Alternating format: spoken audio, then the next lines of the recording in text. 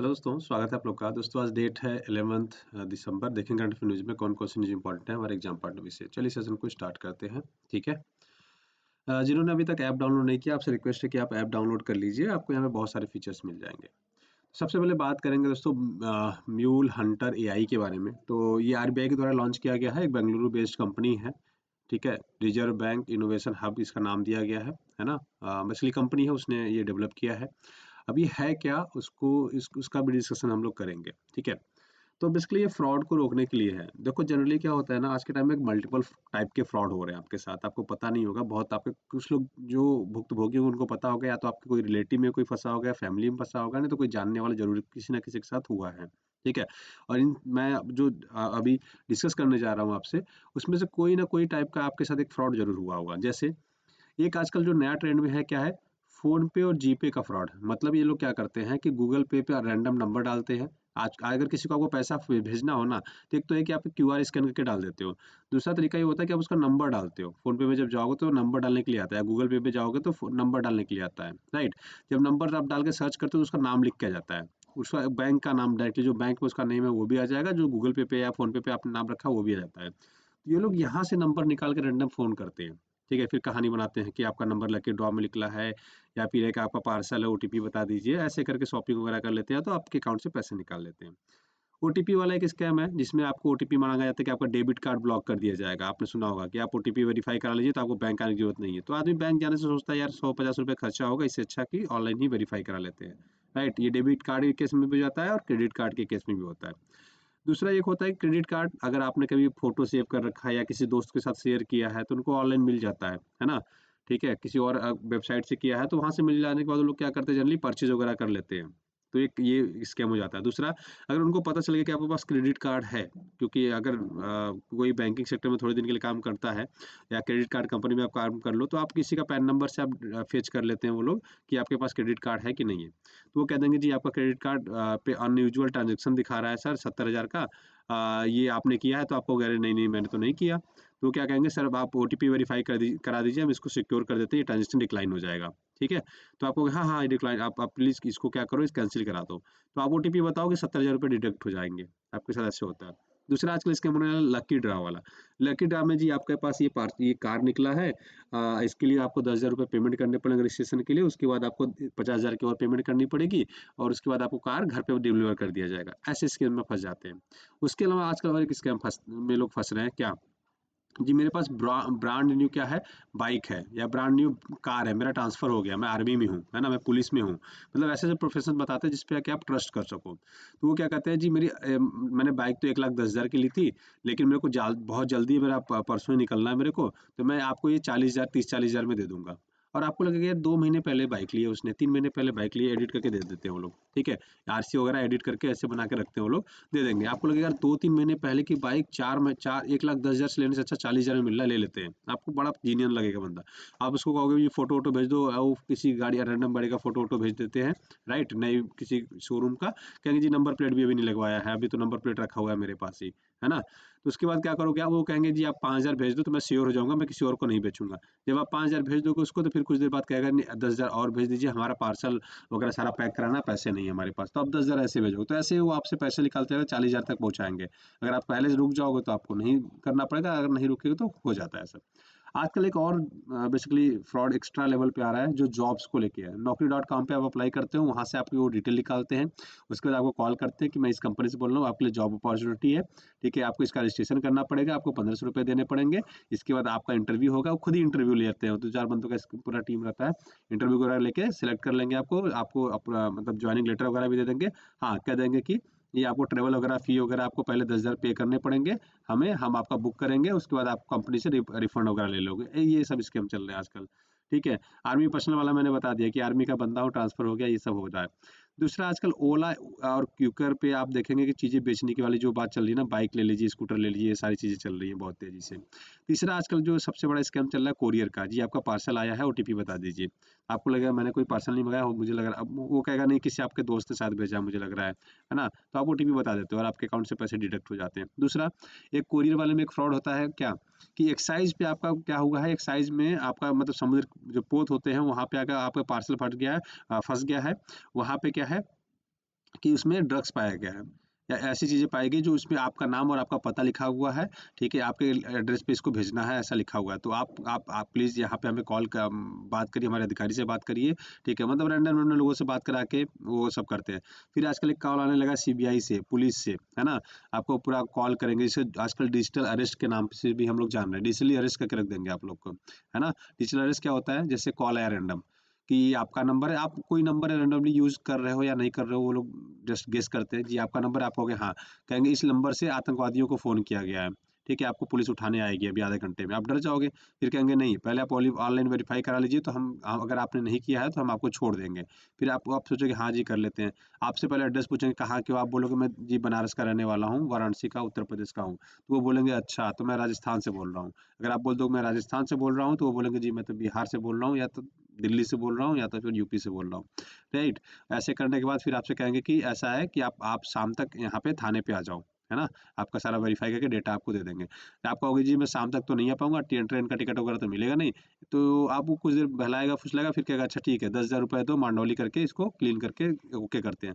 10,000 दे दोगे तो कहेंगे अरे साहब हमारे अपर लेवल के अधिकारी मान नहीं रहे, वो 50,000 माँग रहे हैं कि आपको केस से निकालने के लिए। तो आप 50,000 पे कर दोगे। फिर कहेगा एसपी साहब को तो देना रह ही गया, एसपी साहब 1 लाख रुपए माँग रहे हैं, प्लीज़ आप 1 लाख रुपए और दे दो, एसपी साहब मान जाएँगे। जहाँ आपने 1 लाख रुपए दे दिया, वो समझ जाएगा कि इसके पास पैसा बहुत है, फिर एसपी साहब से ये बात चली जाएगी डीआईजी साहब के यहाँ कि डीआईजी साहब को होम मिनिस्ट्री से फ़ोन आ गया था, डीआईजी साहब को भी देना है, आपको अब 1 लाख रुपए नहीं 10 लाख रुपए देने हैं। अगर आपने 10 लाख रुपए दे दिया तो उसको लगेगा और पैसे वाला आदमी है, तो बोलेगा जी होम मिनिस्ट्री से भी फ़ोन आ गया, नेताजी भी कह रहे कि हमारा भी कट चाहिए, तो आपको 1 करोड़ रुपए सीधे डिमांड कर दी जाती है। ऐसे करके आपको फँसाया दिया जाता है पूरे ट्रैप में, अगर आपके पास पैसे हैं तब। तो अभी अब ये म्यूल हंटर एआई क्या है? ये तो आपने समझ लिया कि कितने टाइप के फ्रॉड होते हैं, क्या होते हैं, पूरी कहानी हमने रामायण समझ लिया। देखो, अब जो ये म्यूल हंटर अकाउंट होते हैं, म्यूल अकाउंट क्या होता है सबसे पहले तो ये समझो, है ना? एआई तो हमने समझ लिया कि बेसिकली ये डिटेक्ट करेगा कि कौन-कौन से अकाउंट फर्जी है। आपने एक चीज़ देखा होगा कि आपसे अकाउंट से अगर पैसे कट रहे हैं तो कहीं तो जा रहे हैं ना, वो जा कहाँ रहे हैं? अगर इसको रोक दिया जाए तो ये पैसे जाना ही बंद हो जाएगा, है ना? तो ये डिटेक्ट करने की ज़रूरत है कि किनके अकाउंट में पैसे जा रहे हैं। तो अभी क्या है कि देखो ज़्यादातर ये ऐसा नहीं है कि ये सब अकाउंट नहीं है, एसबीआई में भी अकाउंट है, पीएनबी में भी अकाउंट है इनके। ये सारे ये लोग डिजिटल मतलब क्रिप्टो करेंसी में नहीं करते, सारा पेटीएम वॉलेट में ही पैसे नहीं लेते हैं, है ना? इनके अकाउंट्स में भी डायरेक्ट जाते हैं ये लोग, ठीक है? मल्टीपल अकाउंट्स को लोग यूज़ करते हैं। तो अब गवर्नमेंट ये सोच रही है कि हम एआई का यूज़ करके इसका नाम दिया है म्यूल हंटर एआई, ये क्या करेगा खोजेगा कि ऐसे कौन से अकाउंट हैं जिसमें ट्रांज़ैक्शन अनलिमिटेड हो रहे हैं, अनयूजुअल हो रहे हैं, जिसमें बस क्रेडिट, क्रेडिट, क्रेडिट ही ज़्यादातर हो रहा है या डेबिट, डेबिट, क्रेडिट दोनों हो रहा है लेकिन मतलब जैसे नॉर्मल सेविंग अकाउंट अगर आपका है तो आप दिन भर में कितने ट्रांज़ैक्शन कर लोगे? आप ₹10, ₹15, ₹20, ₹50, ₹100, 1 लाख, 1000 रुपए इतने ही ट्रांज़ैक्शन करोगे। लेकिन 10-10 हज़ार के ट्रांज़ैक्शन आप दिन भर में 10 रोज़ कर रहे हो, है ना? रोज़ डेली 10-10 कर रहे हो।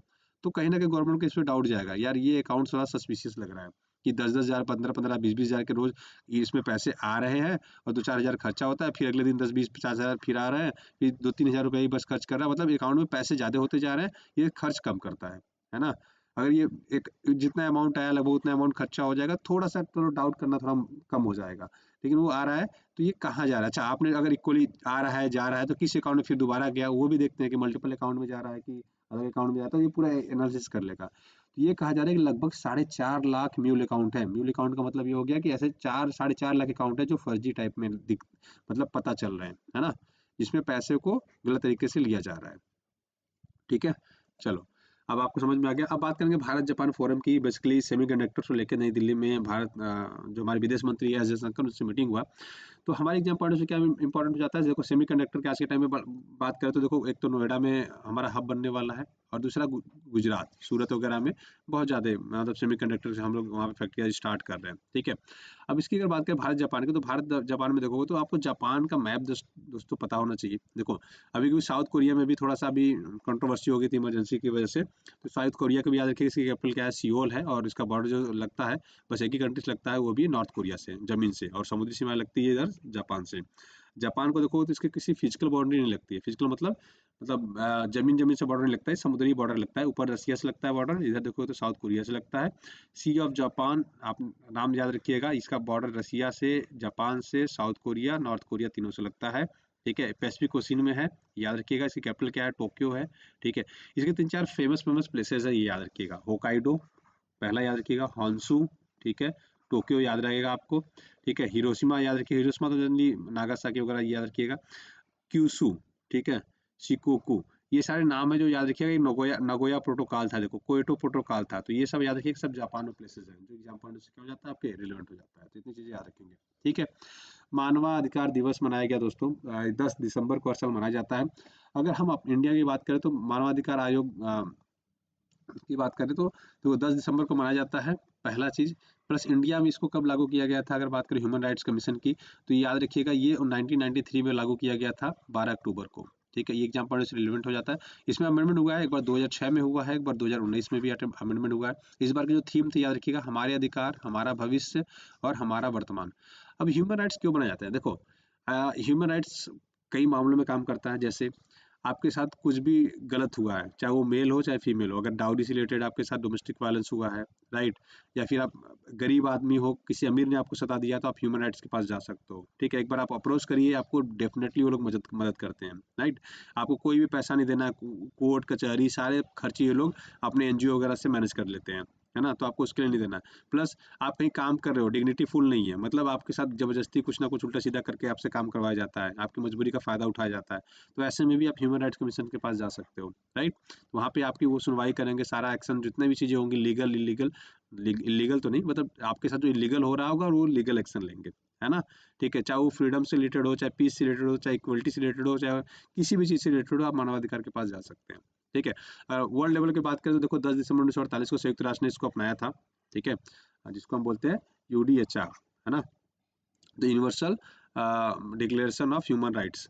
याद रखिएगा 1950 में मानवाधिकार दिवस की चालू, मतलब इसका जो दिवस मनाना हमने चालू कर दिया था वो 1950 से चालू किया था, मतलब 10 दिसंबर को हम ह्यूमन राइट्स डे मनाते हैं, इसके लिए याद रखिएगा। ठीक है, लोग इसमें 47 देश है, इसमें भारत भी इसका एक पार्टनर देश है।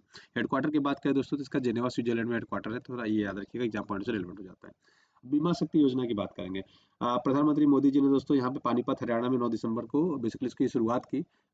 ये एलआईसी के द्वारा लॉन्च किया गया है। पर्पज क्या है कि अभी देखो, अभी तक ना जो एलआईसी के लोग बीमा करते हो एजेंट के द्वारा किया जाता है, तो अब गवर्नमेंट चाह रही है कि और एजेंट बनाओ, है ना, तो और एजेंट बनाओ जिसमें क्लास 10th की आपकी क्वालिफिकेशन होनी चाहिए, 18 से 70 साल की उम्र होनी चाहिए, और इसमें क्या करेंगे, आपको ट्रेनिंग देंगे ये लोग, है ना। 18 से 70 साल तक की एज होनी चाहिए और मिनिमम 10th पास होना चाहिए। इसमें आपको ट्रेनिंग दिया जाएगा कि कैसे आप बीमा बेचा जाता है, कैसे आप 3 साल के लिए बीमा खरीद सकते हो, क्या क्या आपको बेनिफिट्स हैं, ये सारे जो डीओ होते हैं, आपने एलआईसी अगर किसी ने थोड़ा बड़ा जानते होंगे तो एक डीओ होता है जिसको डेवलपमेंट ऑफिसर बोलते हैं, उसके नीचे में बेसिकली एजेंट काम करते हैं। तो वो लोग बेसिकली क्या करते हैं, लोगों के बीमाएं कराते हैं, मतलब बीमा कराते हैं। तो ये थोड़ा सा याद रखिएगा, आपसे पूछा जा सकता है बीमा शक्ति योजना किससे रिलेटेड है, तो एलआईसी से रिलेटेड है, इतना याद रखेंगे आप।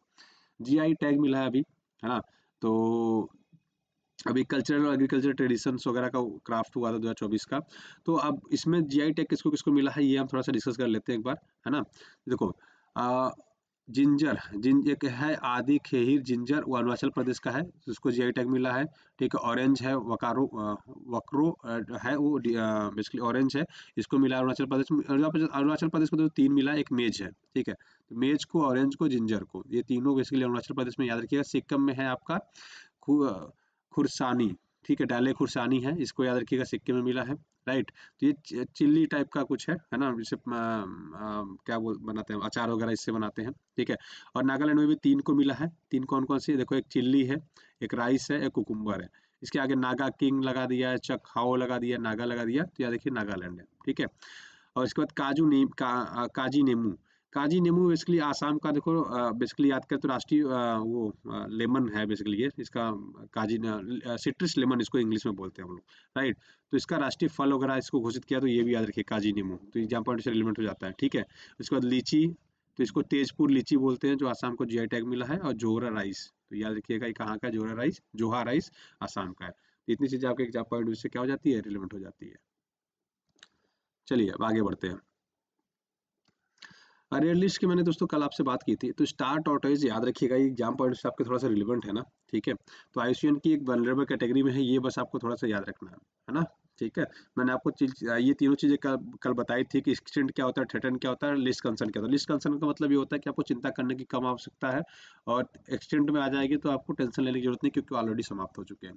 तो लिस्ट कंसर्न का मतलब ये है कि इसमें आपको चिंता की बात नहीं, अभी इनकी पर्याप्त मात्रा है। नियर थ्रेटन मतलब अब इनको थोड़ा सा ध्यान दीजिए, नहीं तो ये गायब हो सकते हैं, नियर थ्रेटन। ठीक है, वल्नरेबल का मतलब ये कि ये रिस्क पे आ गए हैं, और इंडेंजर का मतलब है कि इनकी तेजी से संख्या घट रही है, और क्रिटिकल इंडेंजर का मतलब हो जाता है कि इतनी तेजी से घट रही है कि ये हो सकता है कि गायब भी हो जाए, संरक्षित करो please.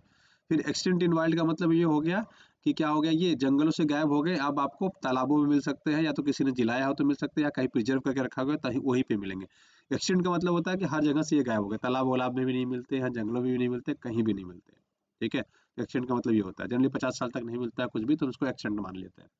No trust motion basically Jagdeep Dhankhar के खिलाफ लाने की तैयारी चल रही राज्यसभा में। तो ये कौन है, तो ये हमारे राष्ट्रपति है, याद रखिए, उपराष्ट्रपति है, याद रखिएगा, जनदीप धनखड़। राइट, तो इनके बारे में थोड़ा सा याद रखिएगा, आपकी एग्जाम पॉइंट से रिलेवेंट हो जाता है।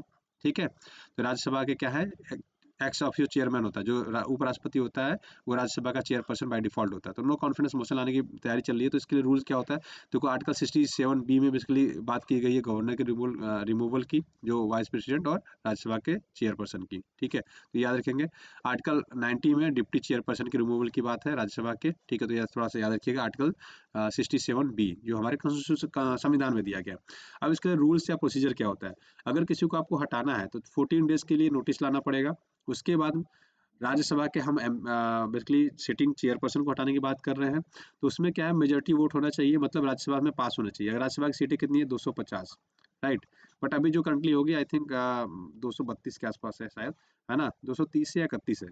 राइट, तो उस हिसाब से 116 के आसपास आपको सीटें चाहिए होंगी, है ना। तो अगर मान लो 250 सीटें, अगर 250 लोग रहते हैं, तो आपको 126 लोग से मेजोरिटी से पास होना चाहिए। तो अब आप देखोगे तो बीजेपी में लगभग 113 बीजेपी के पास मेंबर है, और 85 इंडिया गठबंधन के पास है, कुछ और इधर उधर के भी है, इंडिपेंडेंट वगैरह भी है। ठीक है, तो ये थोड़ा सा याद रखिएगा, एग्जाम पढ़ने से रिलेवेंट हो जाता है। तो याद रखिए, राज्यसभा से जब पास हो जाएगा तो उसके बाद जाएगा लोकसभा में, तो लोकसभा का भी अप्रूवल होना चाहिए। जब लोकसभा से अप्रूव हो जाएगा तब जाके बेसिकली इनको हटा दिया जाएगा। तो याद रखिएगा, हटेंगे नहीं, बट एक ठीक है, नो कॉन्फिडेंस या नो ट्रस्ट मोशन आने का भी एक मतलब अलग भी होता है। रीजन ये है कि कहा जाता है कि ये विपक्ष जो ऑपोजिशन होता है ना, उसको सुनते नहीं है या सुनने का मौका ही नहीं देते हैं। ठीक है, चलो, तो आज की वीडियो बस इतना ही रखते हैं दोस्तों। आशा करते हैं वीडियो पसंद आएगा, पसंद आया तो दोस्तों को लाइक से सब्सक्राइब करना भूलिएगा। वीडियो देखने के लिए बहुत बहुत धन्यवाद, आपका दिन शुभ। Thank you so much, have a great day.